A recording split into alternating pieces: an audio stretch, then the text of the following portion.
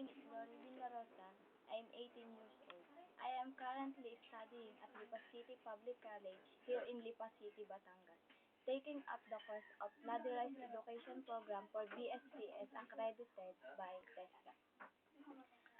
I have learned from Ms. Ronaldin Banaag, who's working in your company, that you are in need of a data encoder. Please consider me as an applicant for the position. I can type 50 words per minute. I am hard-working and I'm honest. I am a patient and willing to be trained very well.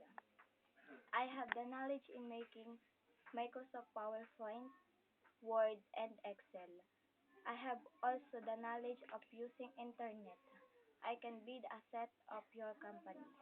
As you have read in my resume, you can see all the details and more information about me. Good day, sir.